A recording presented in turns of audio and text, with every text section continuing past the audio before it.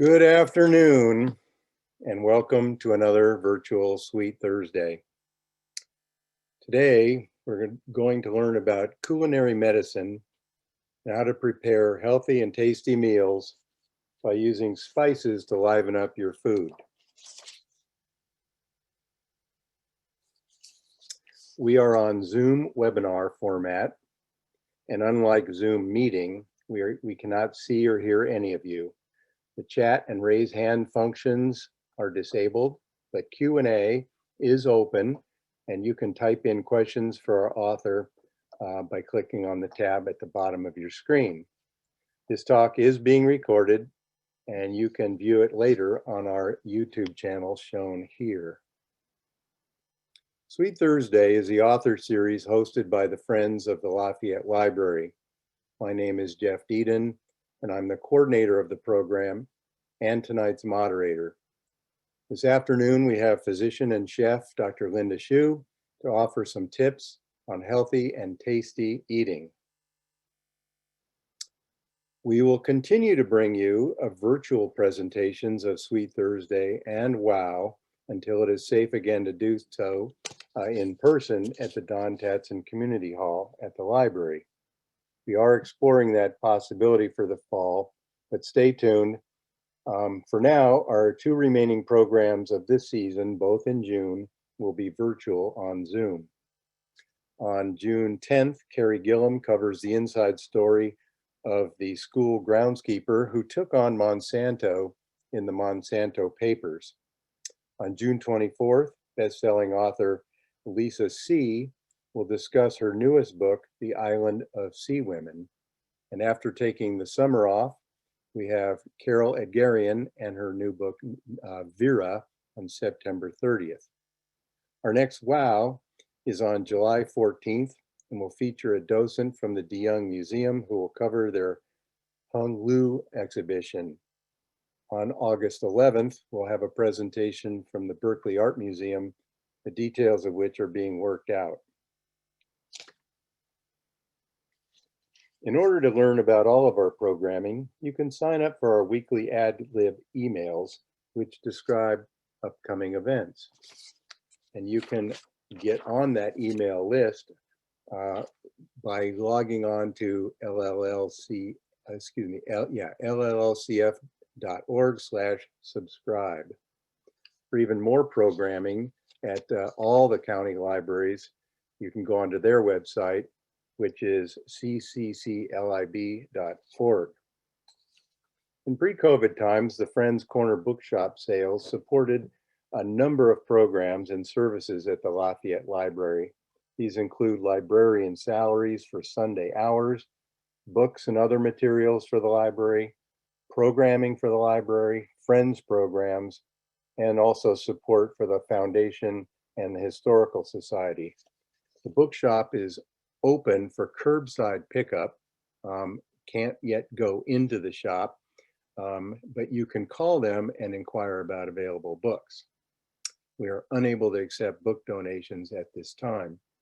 The Amazon store, the Friends Amazon store, is open and can be accessed via the Friends tab on the library website. I'd like to thank the Friends of the Lafayette Library, the library staff, the foundation, and my Sweet Thursday committee members. Dr. Shiue's book can be ordered and purchased at Orinda Books. So tonight, I am pleased to welcome Dr. Linda Shiue to the Lafayette Library and Learning Center. The good news is at the end of this program, you will be inspired to cook with a new view toward using spices to jazz up your vegetables. The bad news, one that I'm already struggling with, is that you might have to call your contractor to do a remodel of your kitchen to expand your pantry space. Dr. Shiue is an internal medicine physician and certified chef. And, spoiler alert, she is going to cook for us today. Linda grew up on Long Island, New York, before attending Brown University and then completing an internal medicine residency at UCSF. After 15 years of internal medicine practice, she took a sabbatical to attend San Francisco Cooking School, where she graduated with a certificate in culinary arts and also earned a certificate in plant-based nutrition from Cornell. She is now director of culinary medicine at Kaiser San Francisco, where she founded the Thrive Kitchen. A couple of years ago, I first met Linda at one of her monthly hands-on cooking classes where 3 groups of patients and healthcare professionals prepared healthy vegetarian tacos under her tutelage. This was a tasty, fun, and interactive occasion and was designed to inspire all of us to go home and carry on the mission of eating well in every sense of that word. At the conclusion of our conversation, Linda will treat us to a cooking demonstration of gado gado.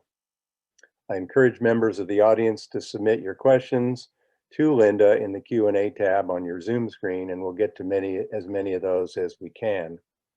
And now it's time to welcome Dr. Shiue to the audience. So Linda, if you will kindly turn on your audio and video, and I will stop screen sharing.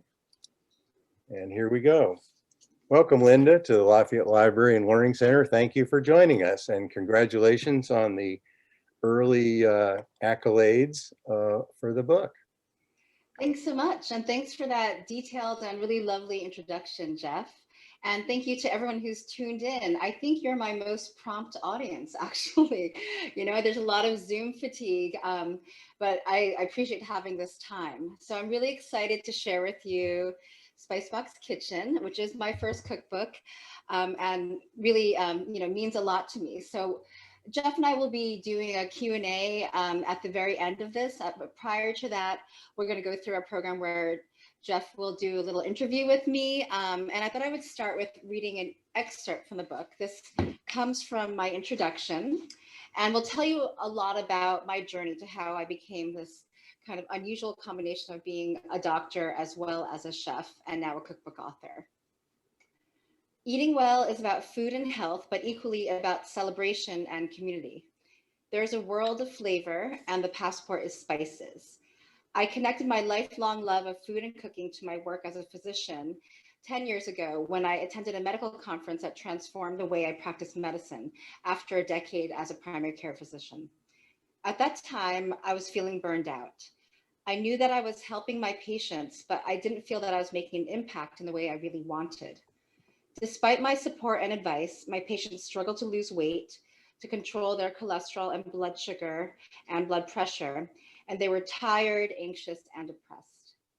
I wrote many prescriptions for cholesterol medications, for blood pressure medications, for diabetes medications, and for antidepressants and sleep aids.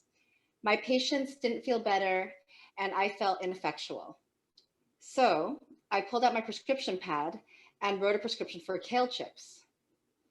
Most healthy cookbooks focus on nutrition over flavor, but these recipes celebrate eating for pleasure. At my table, food is meant to be savored. I won't prescribe you a diet, advise you to count calories, or tell you what to eat. I believe that our food choices should be personal. The best diet for one person may not be the best for another. I do recommend that everyone eat mostly plants for many reasons, including taste, variety, the environment, ethical concerns, and of course, health. My goal as a physician is to improve patients' health by inspiring them to cook more and eat more vegetables. My goal as a cooking instructor and recipe developer is to get people to love and crave vegetables by showing them the many ways to prepare them deliciously. That is awesome. And the intro, which is longer than that, but includes that, is ought to be, you ought to do an op-ed for the New York Times or something, because it really capsulizes everything, kind of your mission, I think. And this really resonates with me. I've been interested in the food space for a while. My wife is an excellent cook, but I never cooked until, many years ago, maybe 8 years ago. And it probably all started with our oldest daughter. When she finished college, she started a vegan blog. And then Preston Mehring, my former boss at Kaiser Oakland, was the physician in chief, and he started all the farmers markets around Kaiser and did a lot of other things. I've been going to the Edible Education 101 classes for years, and you were there again this year Yes. for your second appearance, I believe it was. There you are on for the audience, the bottom left. This is the YouTubes of all the courses, the lectures this year. Anyway, I think that's very cool. So I'm a fan, I'm a disciple, I'm sold on this whole thing, but how do you approach a patient or anybody for that matter and convince them that this is important? So I'd like to start with open-ended questions and a conversation, opening the conversation. So it's typically with a new patient, and I should point out that I still practice primary care for most of my job. 3 days a week, I see patients in primary care.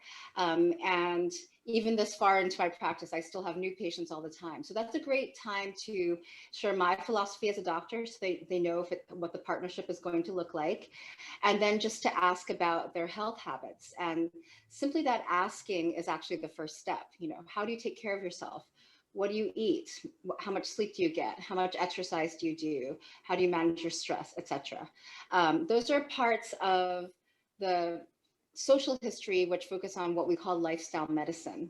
Of course, my focus is on the food part of it.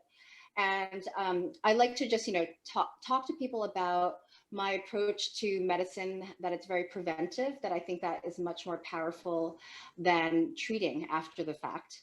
And that I believe that all of these lifestyle factors are crucial. So then I'll ask, in the part about, what do you eat day to day? Where do you get your food? Do you cook at home or do you get takeout? What's your usual pattern?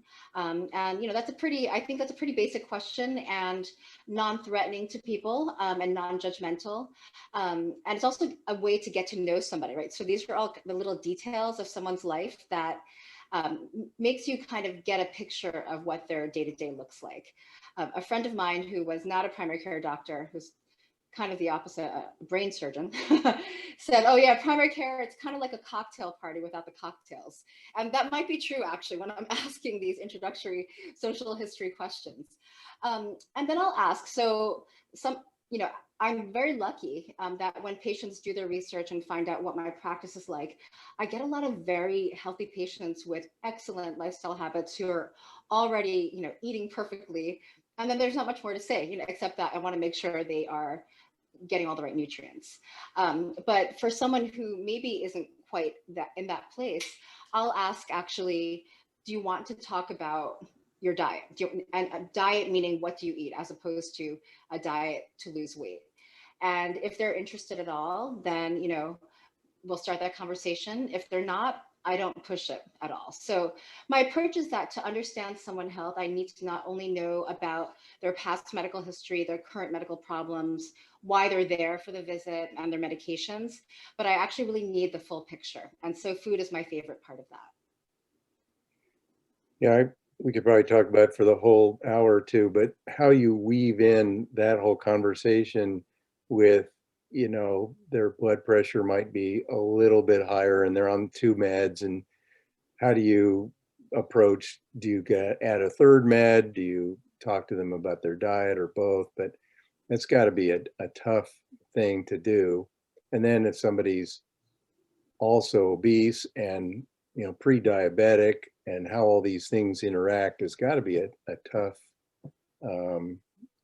it's even harder to manage than just, but you have more tools than pills, but it's harder to integrate, I would think. It's hard to integrate. And I think the hardest part is, in our modern medical system, not having enough time, but nothing is going to be solved in one visit, right? So it's the introduction.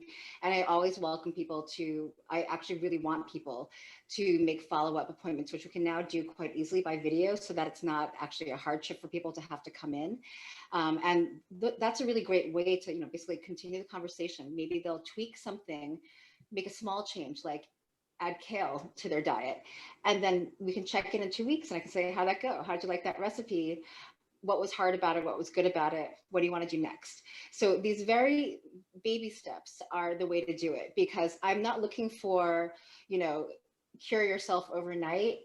but then, fall back into your previous patterns. That is what most people end up doing when they go on diets, especially to lose weight. I would like to help people make the steps so that they can have lifetime lifestyle change.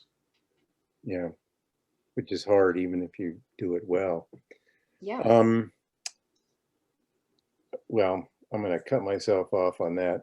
I'd like to talk about the organization of your book, because, I mean, I don't have a lot of cookbooks, but my wife does, and I've seen several of them, and they're organized differently. Yours is probably has some commonality, but I think if you had no recipes in it and it ended on page 46, the book is worth buying, because it's got, all these things about how to get ready to cook.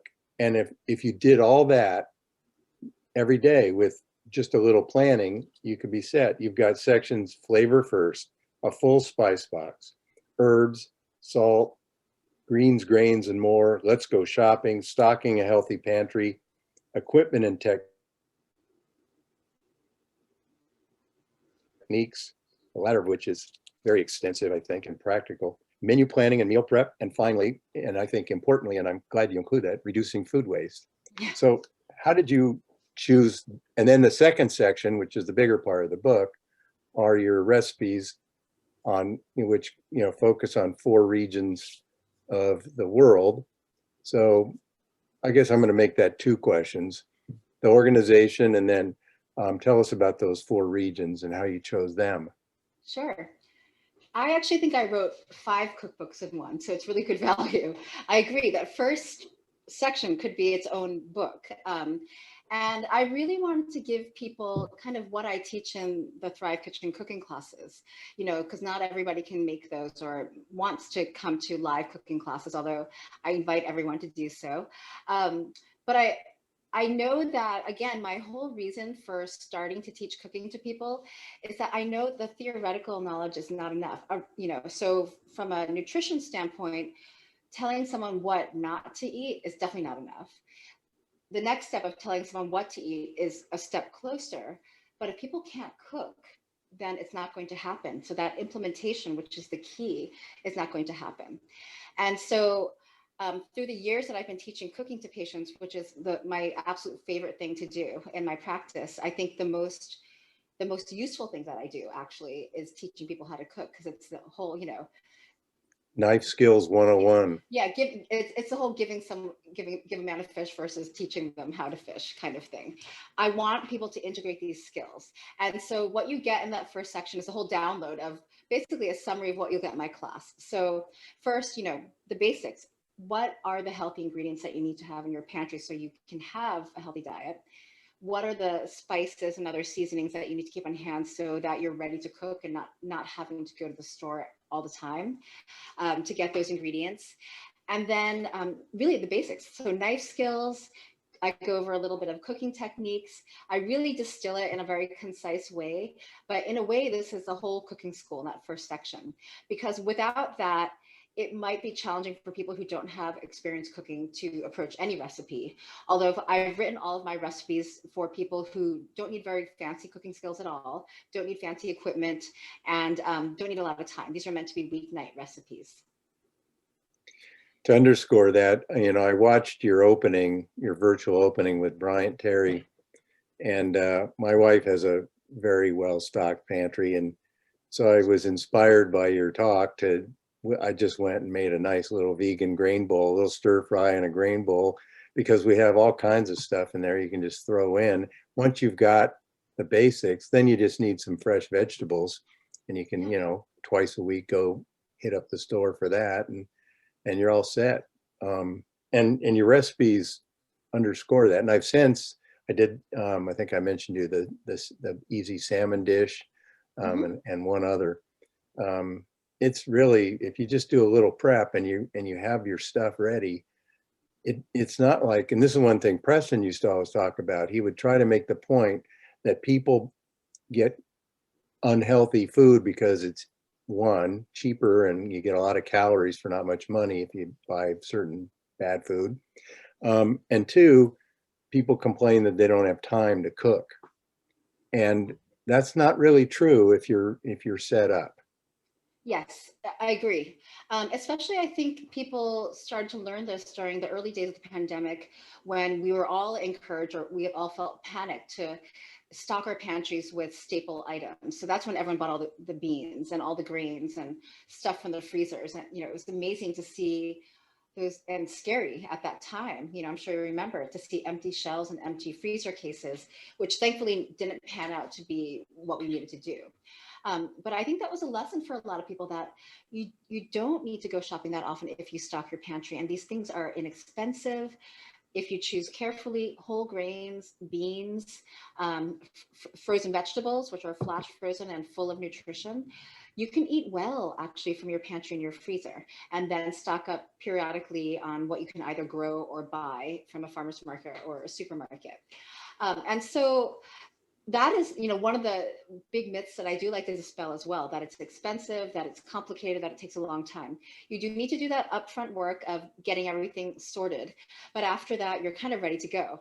And if people are interested in looking at the edible education that I did last year, so 2020, in that one I taught, because that was right in the beginning, actually, literally, that was April 1st of last year. Right at the beginning of shutdown. And so I taught a pantry recipe for grain bowls, which I think is a great entree into thinking about your cooking. I encourage people to cook every day or most days of the week. I cook 4 to 5 times a week. And then, the other 2, it might be going out, or it might be getting takeout, or it might be having leftovers. But I cook most days. But cooking every day doesn't mean cooking, for an hour or 2 hours every day. I come home from work, so it's going to be somewhere between 30 minutes and an hour. And the way to do that is to consider meal prepping. And that doesn't have to be, it can be either all planned out on one day. That's one way that people do that, which is making a lot of beans at once, making a lot of greens at once, maybe preparing their proteins, maybe cutting and washing their produce, taking a few hours on a weekend day to do that, and then using those components throughout the week. I actually don't do that, but I always cook more than I need, so there are leftovers. And I like to repackage or rebrand leftovers to all of you as actually being prepared and seasoned meal ingredients, because this is what restaurants do. All the sauces that you have, especially in the fancier restaurants, they're not prepared that day. They're prepared maybe up to 3 to 5 days in advance.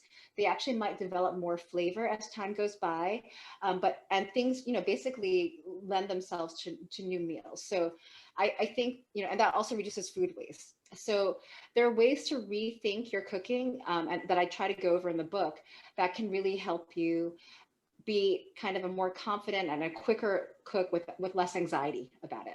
Right, right. So you asked me to talk about the sections of the book and where the recipes come from and why I did that.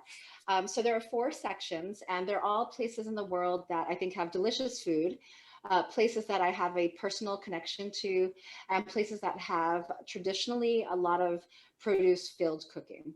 So the book is described as being vegetable forward. What it means is that it's mainly vegetarian recipes. A lot of those are vegan, some pescatarian recipes. And the reason for that is not that I think everyone has to eat solely these vegetables and or seafood, but that everybody would do better to eat more of those things and less meat. Not exclusively. So this is kind of a cookbook for everybody. I think most people who eat meat know how to cook meat already. And I personally find vegetables much more challenging and interesting to cook in different ways that are delicious and different. And there's a lot of variety. So that's where all the sections come from. So I start in California, where I've lived since I came for residency in 1998. And that section has, kind of California cuisine, plus some Mexican influenced recipes in there, using the best of our seasonal produce, which we're so lucky to have here. And I think we get to experience that really now with the spring farmers markets. The second section is Asia, which is obviously a big continent with many countries. My heritage is Taiwan. That's where my parents are from. And so there actually aren't a lot of Taiwanese recipes. There are some of those, but I cover some Taiwanese recipes, Chinese recipes, some recipes from Southeast Asia. I studied abroad in Singapore and got to travel around Southeast Asia when I was in college. I also worked in China in Sichuan province before I went to medical school. So I have a lot of both educational work and culinary experience in Asia. So that's a big section. And then I move on to the Mediterranean. That's a section that I probably have the least personal connection to, but features the Mediterranean diet, which is one of the best studied heart preventive diets that we have out there. So it's a really important one to have. In that section, I also include the cuisines of the Middle East, which are seated on the Mediterranean Sea and involve a lot of spices. And my personal connection to that is that when I was in culinary school, which I did 5 years ago, I took a break before I came to Kaiser to start my program.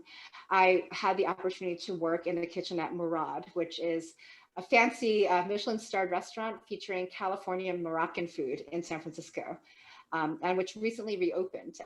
I love the food there. It was actually this great chance to work in the kitchen of a restaurant that I really like. So there are lots of spices there. And Excuse me, how do you spell that, the name of that restaurant? Mourad. Oh, okay. So spices, obviously the name is Spicebox Kitchen, are the theme that runs throughout this book. All of these regions, and the last region is Trinidad in the Caribbean, which is a cuisine most people don't know about. I know about it because I married a man from Trinidad. Half of the population there descends from India.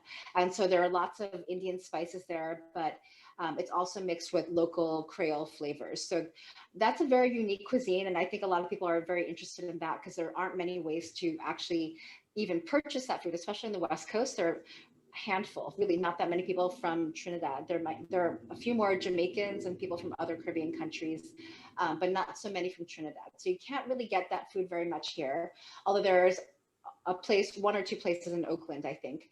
And it's hard to know how to cook that food if you don't know someone from that area. So getting back to the spices though, all of these regions, so California, including the Mexican influenced recipes, Asia, the Middle East, and other parts of the Mediterranean, and Trinidad all feature spices. So what I love about spices is that they make any food more interesting. You really can't go wrong. It's all about, you either like it or you don't. You can play around with it. It can be inexpensive, especially when we can start buying things from bulk bins again. Once those pandemic hygiene restrictions are lifted, you can get as little as you want. We have some great spice purveyors in the area. Oaktown Spice, it has 3 locations all in the East Bay, and they have really a great selection. So, and that's a place where you can go talk to the spice purveyors, that and other spice shops, ask questions and learn about spices, what would work in this, but it's really up to you. You can't really go wrong. Besides flavor, I love that spices kind of conjure up different parts of the world. I love traveling, and that's why I have such a wide variety of cuisines represented in my book. I've been a traveler since forever, actually. As the child of immigrants, the only way to see anyone outside of my nuclear family was to travel to Taiwan. So I did that periodically growing up, and that just got me used to, where do I want to go? I want to see other places. And so when you can't travel, like during the pandemic, or if it's just not possible for you, you can still get a sense of a place by the flavors that it has, and that's through spices. And then the final reason why I love spices and feature them so much is that they were actually our first medicine. Before we had pharmaceuticals, we had spices, going back for millennia, used throughout in all the cultures and all the medical systems. And I think people think of spices mainly for Indian cuisine. And in fact, in the Indian Ayurvedic medical system, spices are the medicine that are still used to treat conditions and to keep people healthy.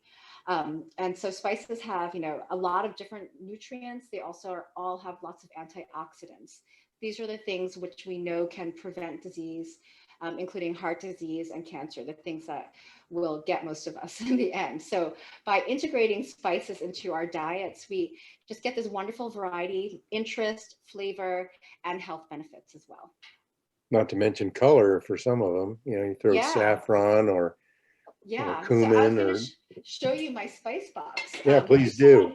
it in one of the pictures. So this is a masala daba or a spice box, and it's really kind of fun, and it's so fragrant just lifting that cover off. But so this is a like found in all Indian kitchens, and it basically has, one big container holding several smaller containers, and it comes with these cute little spice spoons, and you fill it with whatever spices you use most often, just so that they're at the ready. So you're not fumbling with, opening these little tiny containers. And it's just a way to make it, because it's, opaque, it keeps it from the light and heat, protected but accessible for cooking. And I thought that a spice box is kind of analogous to, the Doctor cooking bag. in a doctor's bag. These are the cooking toolkit, just as doctors have a stethoscope, reflex hammer, etc. And again, it smells so good just to lift that lid. So Now, do you actually bring this with you when you travel, or do you have a miniaturized version of it? I use little Ziploc bags. It's too hard otherwise. Yeah. So little Ziploc bags and a large Ziploc bag is actually my traveling spice kit. And so when I do travel to a place where, we're staying in a house and there's a kitchen and I know I'll be cooking, I like to bring spices, but I also bring back spices from wherever I'm going. So Yeah. that's a fun way to We have travel. this little tube, you can buy them where it's like 15 or 20 spices, each have a little plastic and they screw into each other, the Oh, whole thing. really? And Oh, yeah, we carry that when we go to places with a kitchen. It's cool. oh, that's great. I've never seen that. I'll take a look. Yeah, I forget what it's called. If you just put it on Amazon, you'd find it. Yeah. It's cool. Um,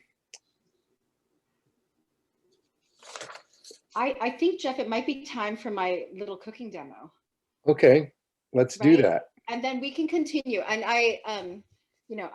I'll talk and cook at the same time. But what I'm Are gonna, you ready to go, or should I'm I ready to go. I'm should ready I to put go. this? I have 4 slides with your recipe. Oh, why don't you start with that? That would be great. Why don't I show those just Okay. so that when people, if they really want to do this and they don't want to buy the book, they can go on the YouTube of this and then pause it and have it. So I'm going to screen share just briefly while you set Okay. up.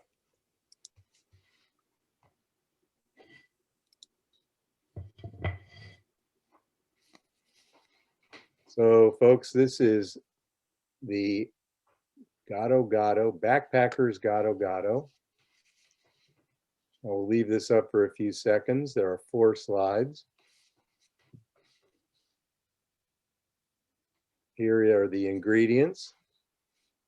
Again, if you YouTube this after on the friend's YouTube, you can just freeze this and write it all down, or take a picture with your phone, or do that now.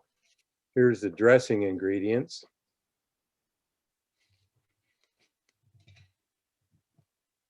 And here is what you actually do, which is what Linda is going Oops. to do now.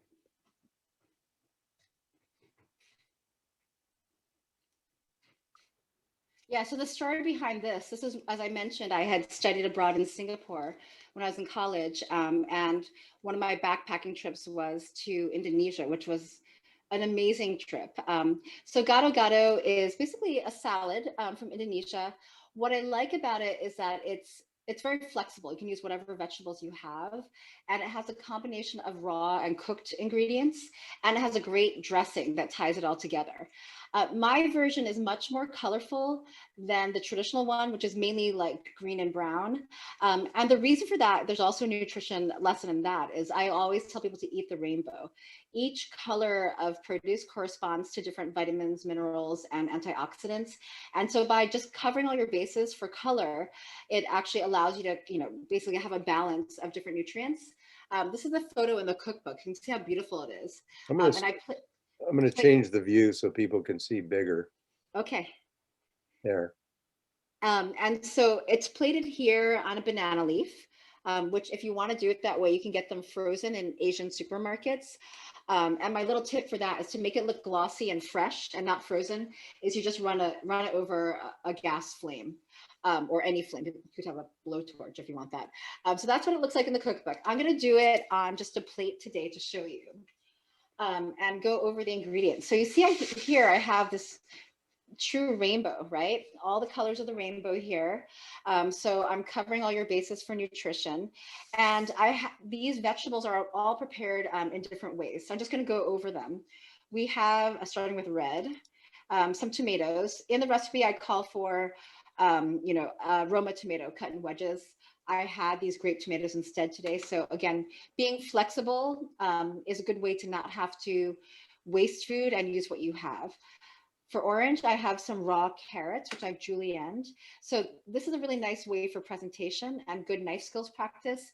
And I give techniques on that in the first section of the cookbook. And then in the yellow section, we have bean sprouts. So of these ingredients so far, the tomatoes and now the bean sprouts are usually present in the classic Indonesian gado-gado. The bean sprouts are also raw. You can also blanch them quickly in some boiling water if you wanted to soften them a bit. I have a hard-boiled egg here. That's pretty traditional too for the protein. And the other protein is completely plant-based, is tempeh. For those of you who are not familiar with tempeh, it's basically similar to tofu, but instead of being made from soy milk, it's whole soybeans that get fermented together in to make this kind of cake or block.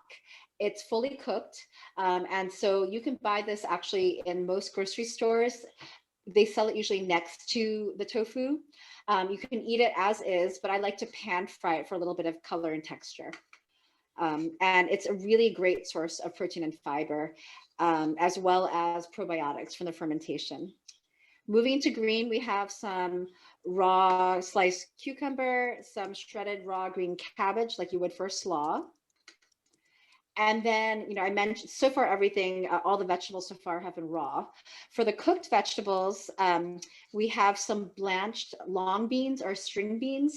Long beans are also known as yard long or snake beans, and you'll see them. They're, this kind of coiled, long string bean, really long, like a foot or two long. You can get in Asian supermarkets or at the farmer's market.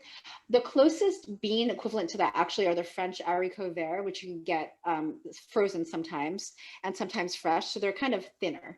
But if you can't get these, you can use regular string beans. So these are blanched, and that's a good cooking technique to preserve a lot of vitamins in your vegetables as well as texture. Blanching involves boiling a lot of salted water, salted like you might salt, or even saltier than you would salt for cooking pasta. Most of that will not, hardly any of that will go into the vegetable, but enough to season it a little bit. And you want that salt to taste like the sea, basically. So it should taste salty. You cook the vegetables, usually a green vegetable, really just for less than a minute until it's just slightly tender, but still brilliantly green. And then you drain it from the water and either put it into an ice bath, which is half and half water and ice, or you can just run it under cold running water in a colander, and that'll work. So Is these that were blanched. to stop it from cooking? Yeah, to stop the cooking process. Yeah, thank you. And then finally, we have some red cabbage, which after steaming turns purple. So that's how I get this nice purple color. And that actually is a reflection of the antioxidant anthocyanin. So anytime you see a purple vegetable, it has this antioxidant in it. I steamed that. I'm going to show you the device. Again, not fancy equipment, just using a steamer basket in a pot. And you just, you put this into the pot and you fill it with enough water to cover the legs, but not further, otherwise it'll boil it. And steaming is another very good, healthy cooking technique that just briefly cooks your vegetables without leaching out a lot of the vitamins. A lot of vitamins are heat sensitive. So those are the main ingredients. And then we have the sauce, which brings it all together. And that is basically this peanut coconut ginger sauce. I'll just show you the ingredients that go into that. So I talk, I'm not advertising any brands, natural peanut butter. So something like, and this is a peanut butter that you can also get the kind when they have those machines that freshly grind it. That's always, I've loved that since I was a kid. It's kind of fun to see peanuts transform into peanut butter. You want to get one that only has peanuts and maybe a little bit of salt as an ingredient, ideally just peanuts. The ones that you get in most supermarkets that are, even the ones that are labeled natural, actually have emulsifiers added, which we learn now can mess up your microbiome. And they also have sugar, salt, sometimes added oils. You don't need all of that. So not just for nutrition reasons, but the texture of it for making a sauce is better if you use just plain peanuts that are ground into peanut butter. It also has some soy sauce. And so I like to show this because, again, not for the brand, but because it's a lower sodium soy sauce. Soy sauce is very high in sodium. Even though this lower sodium one is high, but it's about 40% lower. You can also get tamari, which is a gluten-free version of soy sauce that comes with lower sodium. In fact, I saw recently that you can get 2 different reduced sodium percentages in one of the popular brands, which I find very interesting. Sodium is one of the things that most of us as adults should be watching in our diets. And so when you're looking at condiments, always read your labels. Anything that has a label, you should read it. There's coconut milk. This looks like anything. Coconut milk in this, and then juice from a fresh lime. And then there is freshly grated ginger. So these are all the key ingredients in the sauce, which bring it all together. And then for garnish, we have 2 things which I would consider extras. So these are, this is fried shallots, which you can buy pre-made in Asian supermarkets or fry your own. And these are shrimp chips, which are kind of the glare of the light. You can't really see them, but that's actually traditional in Indonesia to have those. So when I say these are extras from a nutrition standpoint, these are deep fried things. They're a source of fat. They don't actually add much nutritional value, but they add a lot of flavor and some texture. So I'm going to assemble this and then talk about what I think are the components of making food delicious, because your food needs to be delicious. Just because I tell you something is good for you isn't going to make you want to eat it. Maybe you'll eat it once, but you're not going to eat it for the long term. So my key here in all of my cooking, for myself, for my family, in my classes, and of course in this cookbook, are to make healthy food that the health part of it is going to be an afterthought. You're not going to think of it as health food. Because that is, I think, one of the big misconceptions that a lot of people have, is that health food is kind of punishment or penance, but it should be pleasure, the other P. And so I'm going to make this look pretty by arranging it with contrasting colors. So we have different colors on this. We always say that we eat with our eyes first, and that's really true, right? So you're looking at your food. If it looks like mushy, if it's kind of haphazard, if it doesn't have much color or interest, it's not that appetizing. On the other hand, if it is appetizing visually, if it looks beautiful, if it's plated nicely, you actually may find yourself eating more slowly, enjoying it more, and therefore not mindlessly, binging on it, which is one of the main problems for all of us, is mindless eating as opposed to mindful eating. And when you do that, you're eating what maybe you're not thinking about what you're eating, and you're eating too much. And so that is a good way to automatically have some portion control by, appreciating your food. And so take some care in how you plate it, whether it's maybe, especially if it's just for yourself, treat yourself. You're number one. So I have all the vegetables arranged there, and I'm just going to put the tempeh on it. And I'll tell you that, traditionally it's not as pretty as this. And in fact, it's often tossed.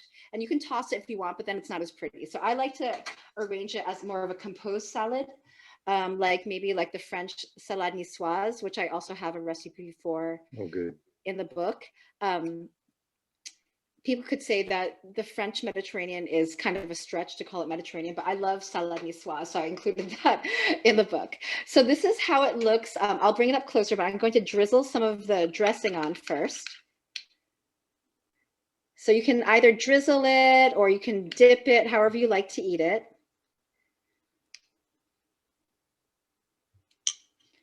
And then again, I talked about visual presentation. I talked about taste. You also want to have texture. So that's where these fried things come in. It's actually kind of hard to have texture without frying things. I actually don't have an air fryer yet, but that's everybody has an air fryer these days. And that is a way potentially, which I should experiment with, um, to have your texture of fried foods without adding a lot of oil. But the other way is just to use a minimal amount. So I'm just going to put a little bit of those shrimp chips and a little bit of the fried shallots on this. Nuts are good for texture. Yeah, great. So in this, you have crispness in the tempeh and in I'd say crunch in most of the vegetables here are crunchy because they're raw. You have juiciness in the tomatoes.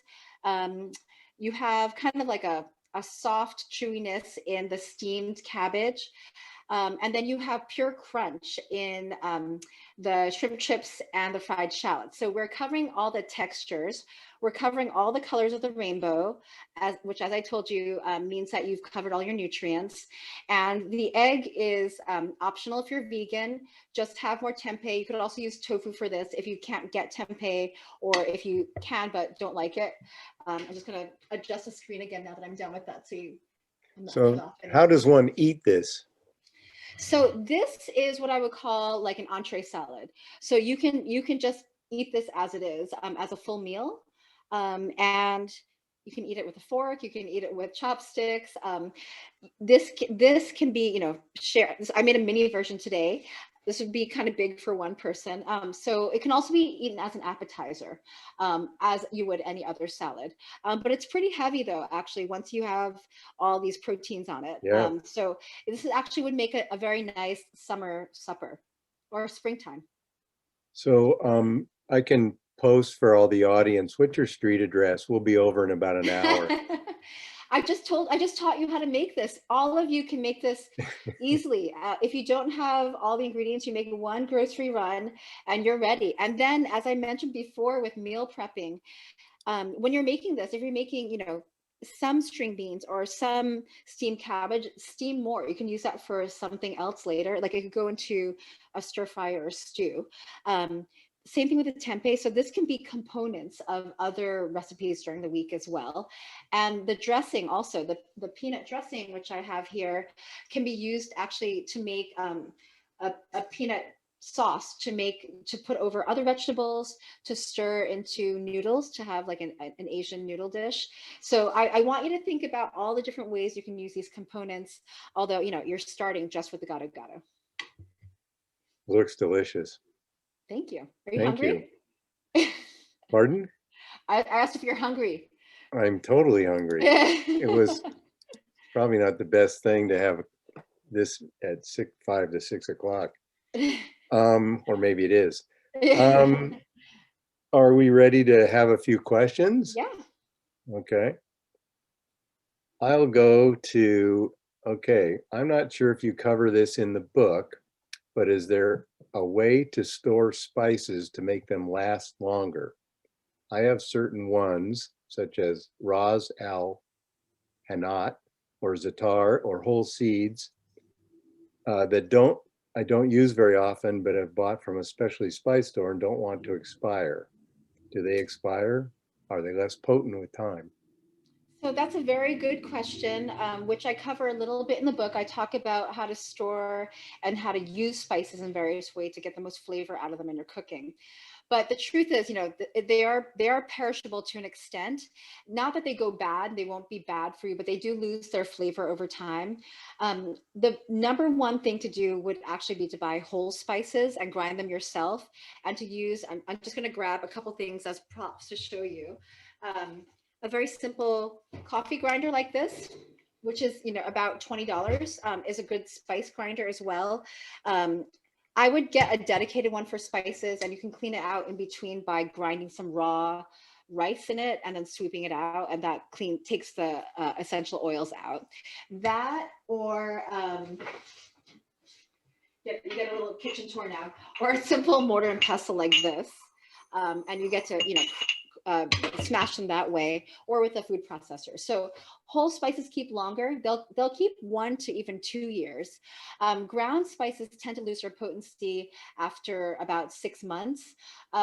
For some of the blends that you mentioned, like Za'atar, because that is a blend of things, it that kind of blend tends to really kind of lose its best flavor after even like 3 months. Um, you could refrigerate or freeze them, but they're, depending on moisture conditions, that won't keep that long.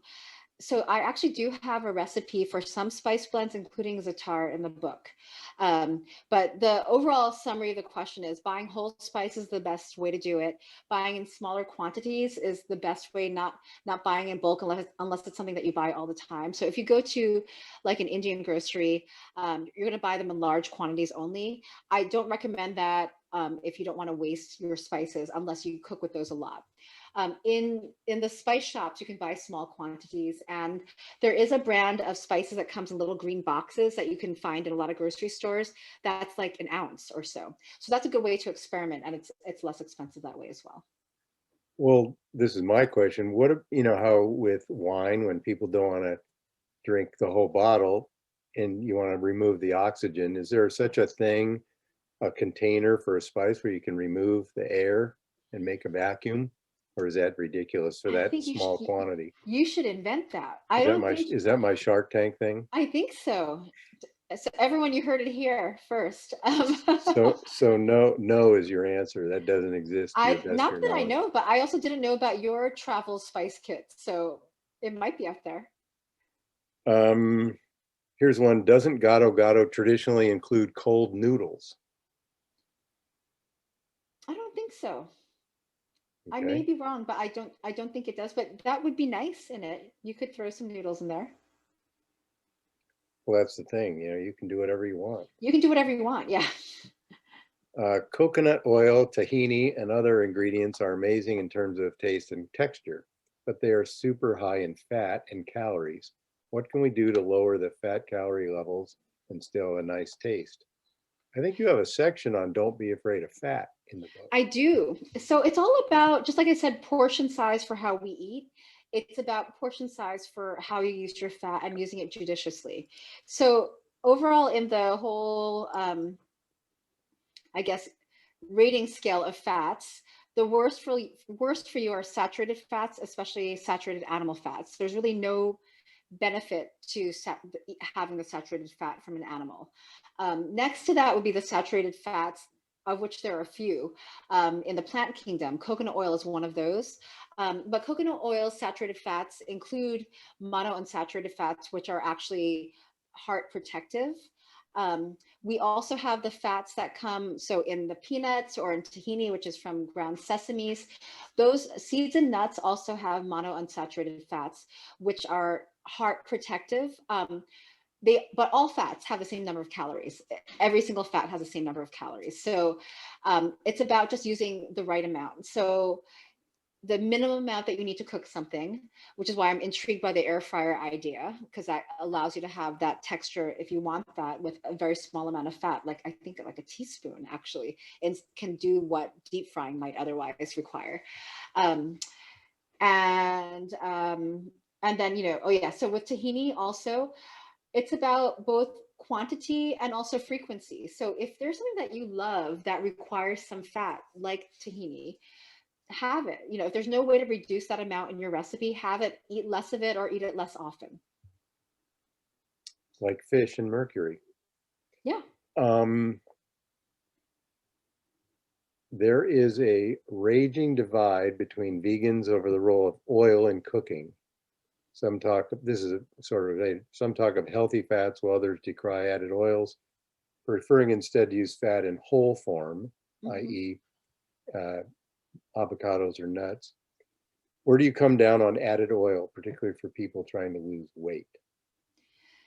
So again, all fats have the same number of calories. So even if you're eating healthy fats in whole form, you're still getting those calories, but you're getting other benefits. That's the whole benefit of having whole anything, is that you also get, maybe you're getting some fiber, maybe you're getting some protein with it, and not just the pure fat. In terms of this debate about using any oils or fats, I would say that yes, if you want to have the most heart healthy diet, you would not use added oils, because again, it's adding both calories especially fat calories, and there's some concern about what that does when you cook with them. However, there are certain things you can't get without cooking without fat.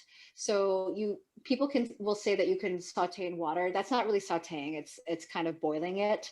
And so there's certain flavors that you develop in food, for example, sauteing onions in oil, or other fats that you can't get merely from boiling. So for me, again, with my principle that you want your food to taste the way that you want it to taste, if you want to get the most pleasure out of your food and you're used to eating food that's cooked with some fat, I think I'm on the side of using a minimum amount of fat. And you'll see in my recipes, it's a very small amount. Same thing goes with salt, actually, to get the desired culinary benefit from that. So it's a balance, and it kind of depends on the person. For someone who has very serious heart disease, I might say you probably should not use any added oil. With what happens with oxidizing when you're cooking with oil. So it's a balance between Even olive oil? even olive oil. The people who feel this would say that even olive oil, yes, Hmm. and only get your fats from whole sources like avocados and seeds and nuts. So it's a balancing, and it is a debate, actually, and a divide, I would say, balancing your health needs, which are very personal. That's what I'm saying. That there isn't a one size fits all, with what you desire for your life, because you want to actually have some pleasure in your food as well. Not to say that cooking without oils means it can't be pleasurable, but it is a different type of cooking. So I try to meet people where they are, where their needs are, needs including flavor needs. Yeah. I have a nephrologist friend that I like to sit down and eat a pile of nuts. Mm-hmm. And he always tells me about how inflammatory they are, in particular peanuts. And that, sure, and he tells me I can eat like 3 grams or something. And I just have a hard time dealing with that. and I'm sure that that's true. So I try not to do that very often. Another thing is, I developed hypertension a couple of years ago. We used to always have popcorn as sort of a dessert a couple nights a week. And I can't do that anymore, because even the no salt stuff, which actually tastes like cardboard. So, I guess that story is just don't eat processed foods. So this is where home cooking comes into play, actually, because when you cook for yourself, you can make these decisions. So, and you can flavor things. So spices are a way to reduce your reliance upon sodium, as it are using acidic flavors like the lime juice or vinegars. And you can control all of that home and adjust it to your taste. But the key here again is taste, because you might like things in a way that someone else doesn't, and you're the only one who can know how to cook it that way. I'm not going to tell someone who doesn't want to use any added oils that they have to at all, for any reason. If they find that they like the way food tastes that way and it works for the kind of cooking that they want to do, that is actually the ultimate in the most heart healthy cook diet. But for the vast majority of people, I don't think that's absolutely necessary. So again, it comes down to what works for you. Because Jeff, I don't want you to give up all the food that you like. So if your nephrologist friend tells you you can't have another nut, again, you'd be sad, right? So I think we all make different choices, because it's not only the food, it's all the other things you do to take care of yourself. It's a whole package. It's, if you're eating that whole foods plant-based diet, but you're also not exercising, or you're not sleeping enough, or you're drinking alcohol or other things like that, that actually isn't necessarily a better thing to do, to just not have that oil. So it's about the balance and how this all works within your own personal lifestyle. Moderation. Moderation. I think you're clearly the 7 words of Michael Pollan disciple. Why don't you I just am, tell yeah. those 7 words for those of us who might not have heard them? Yeah. Eat food, not too much, mostly plants. That's what it Yes. comes down to. And it's brilliant, and Yes. he's not a dietitian. He's not a doctor. He's a journalist. And yet he, long ago, that was from at least a decade ago, Oh yeah. came up with, I think, the best nutrition advice anyone could give you.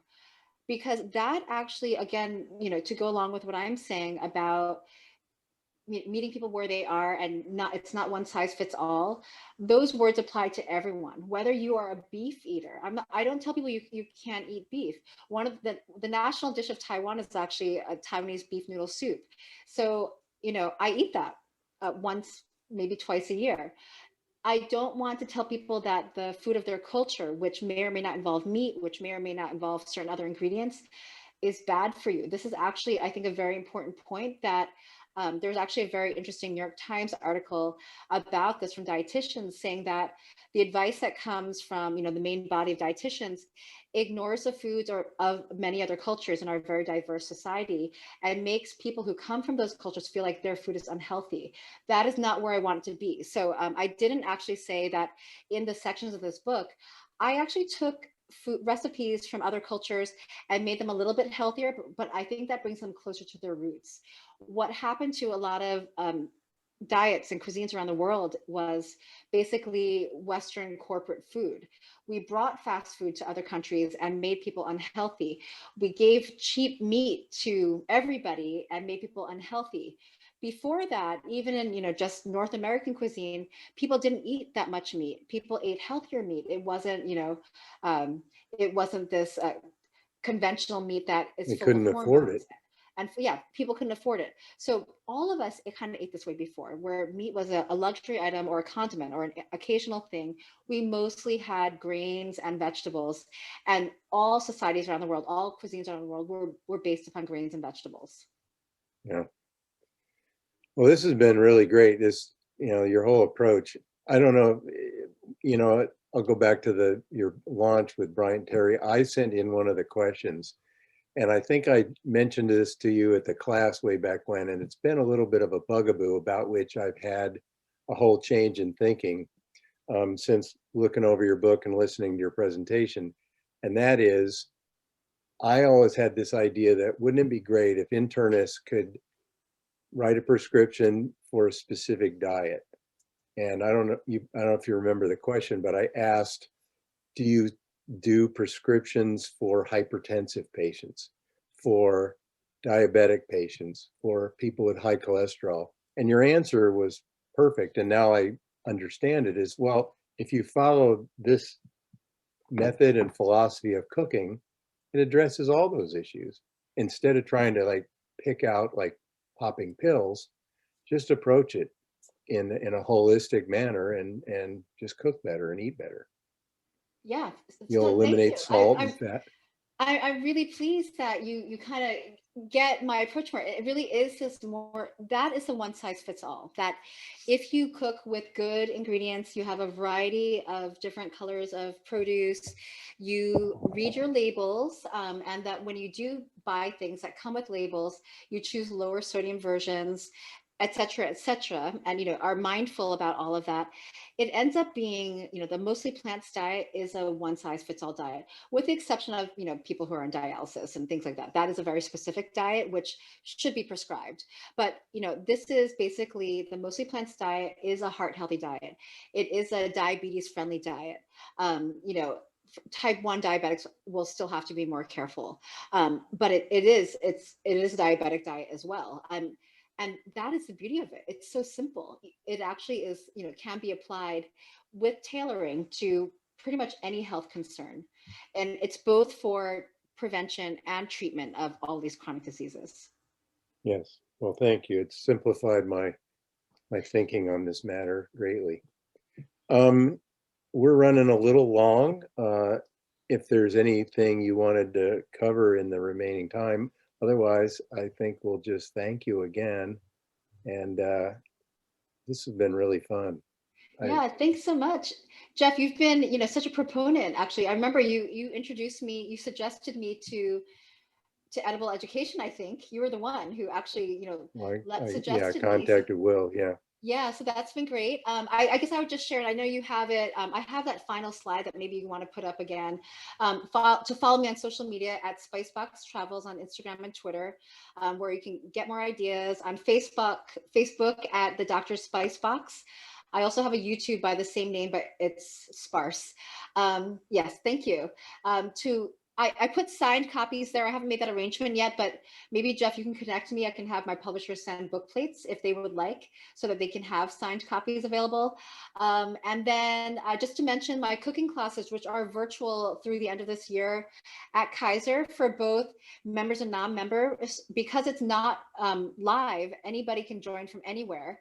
And Oh, you can find, perfect. yeah, so that's called Thrive Kitchen.